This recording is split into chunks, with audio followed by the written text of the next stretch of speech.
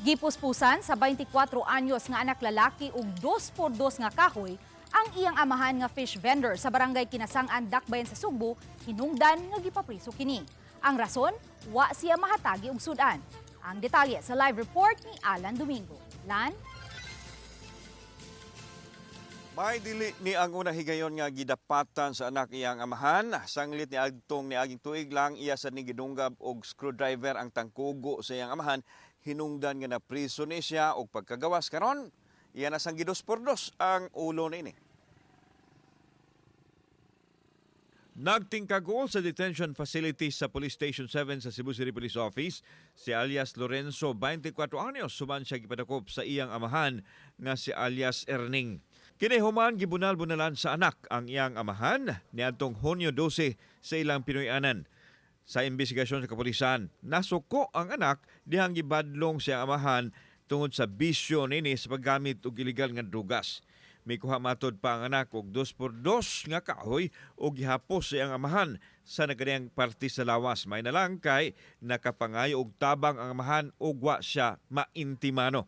Gidakop sa mga barangay tanod ang suspek o gitugyan ngadto sa kapulisan. Kini kong anak, according sa impormasyon nga nakuha sa atong kapulisan, nalambigit po ni sa illegal sa paggamit sa illegal na drogas.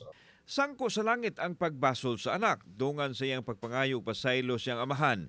Matod niya nga nagsipok lang ang iyang ulo kay gamay ang pagkaon nga gihatag kaniya ug wa pagyud siya hatagi og sudan. Maong iyang ginagmalan niyang amahan. Miangko ng anak nga tiggamitan siya og illegal nga drugas. Ngano naglagot kasi mong papa? Tungod ra sa akong unahon ng abate sir bang manggibinalan tan ako niya nami tungod sa among kuan among pagkaon nga gamay nalain ko wala pa sudan sir ba.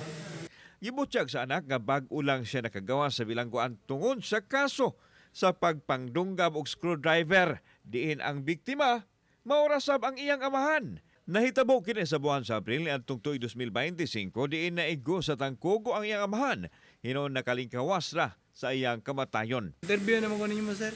Diresad ka tong gidunggab na ko sa screwdriver. Ay, gidunggam ni mo screwdriver? Ikaw dito? Oh. Sunod imo na ning mapatay. Dili na mausab sir.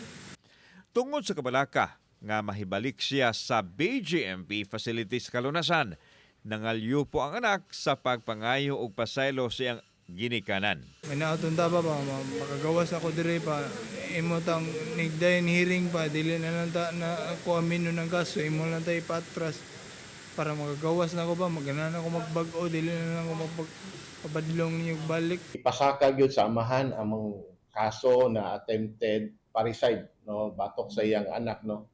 Mikan sa pagsuway kaniya sa pagpatay pinaagi sa pagbunal sa ngato sa iyang ulo.